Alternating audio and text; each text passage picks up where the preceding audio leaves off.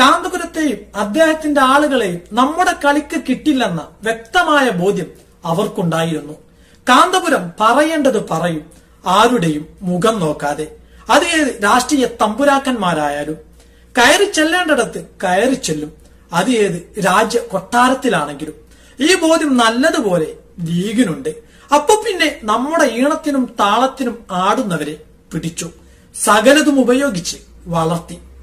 കാന്തപുരവും നാലാളും എന്ത് ചെയ്യാനാണെന്ന് കരുതിയവർ പലരും ഞെട്ടി. കാന്തപുരം വളർന്നു വാനോളം. പലർക്കും അസൂയയോടെ നോക്കി നിൽക്കേണ്ടി വന്നു. വളർച്ചയെ തടുക്കാനായില്ല. ഒരു രാഷ്ട്രീയ പാർട്ടി എന്ന നിലയിൽ പലപ്പോഴും ലീഗിന് കാന്തപുരം വിഭാഗത്തെ പരിഗണിക്കണമെന്നുണ്ട്.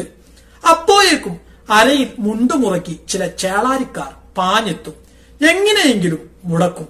പിന്നീട് ലീഗിന് അനുഭവിക്കേണ്ടി വന്നു ഒരുപാട്. നിങ്ങളെ കൊണ്ട്